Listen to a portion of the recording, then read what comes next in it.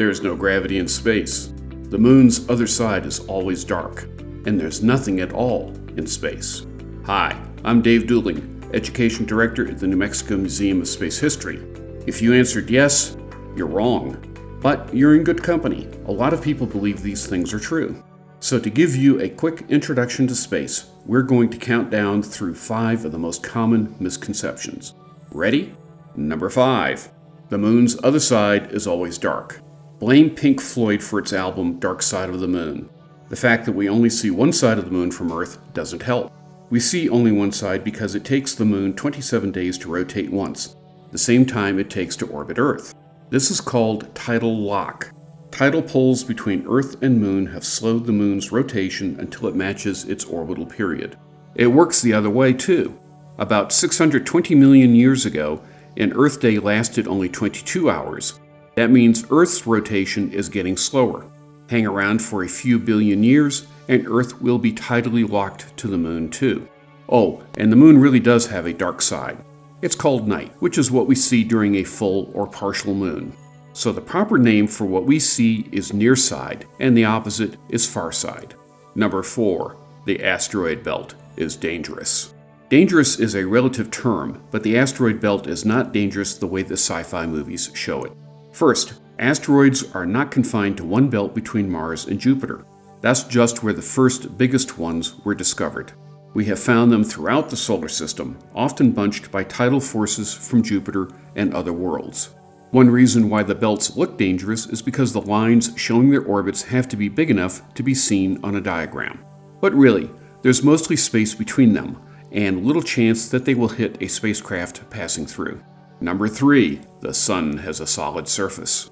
Actually, nothing on the Sun is solid, not even in the core where a block of gas weighs 13 times more than a block of lead. It's all gas. So why do scientists talk about the surface of the Sun?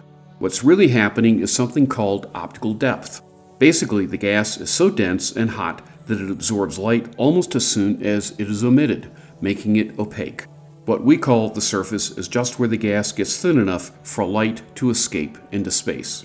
We use a similar definition to measure the sizes of Jupiter, Saturn, Uranus, and Neptune, planets whose surfaces we can't see because they are covered by thick gas. Number 2. There is nothing in space. Absolutely nothing. We always talk about the vacuum of space, but like hot and cold, the term is relative.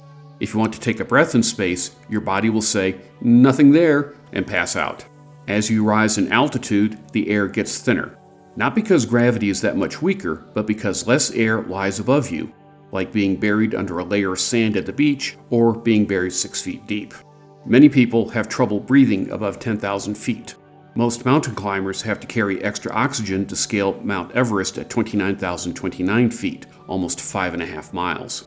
As you go higher, air gets thinner, and airplanes have to go faster and faster to keep flying. At about 62 miles, or 100 kilometers, your airspeed reaches orbital velocity. You just hit the Kármán line.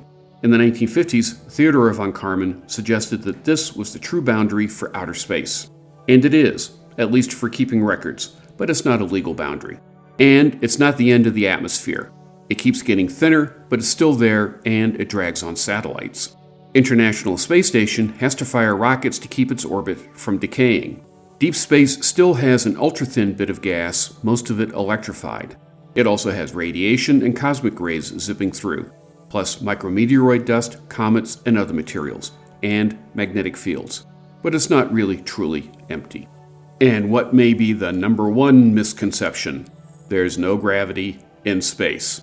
Because that's why astronauts float, and things rise when you drop them on the moon, right? Nope. The astronauts aren't really floating. They and space station are falling together forever around Earth and never hitting bottom. And things dropped on the moon fall, slowly, but still fall. Every bit of matter produces gravity, and it goes forever, dropping by the square of the distance from the center. At the surface, we are 1 radius from the center of Earth. 1 over 1 squared is 1. If we go that far above Earth's surface, we are 2 radii away, and gravity is 1 over 2 squared, or a fourth as strong. 100 radii away, gravity is only 1 over 10,000 as strong. It constantly gets weaker, but never reaches 0. That's why gravity keeps Earth in orbit around the Sun orbiting the galaxy, and so on. Here's the fun part. Einstein said that falling is equivalent to gravity being magically turned off. So the free fall of space is a powerful tool for studying fires and fluids in ways that we can't on Earth. But zero-G sounds so good that it will never go out of style. Just remember that gravity goes forever. And of course, there are lots of other misconceptions about space. We'll save those for later videos. Thanks for watching, and stay tuned for more stories from space.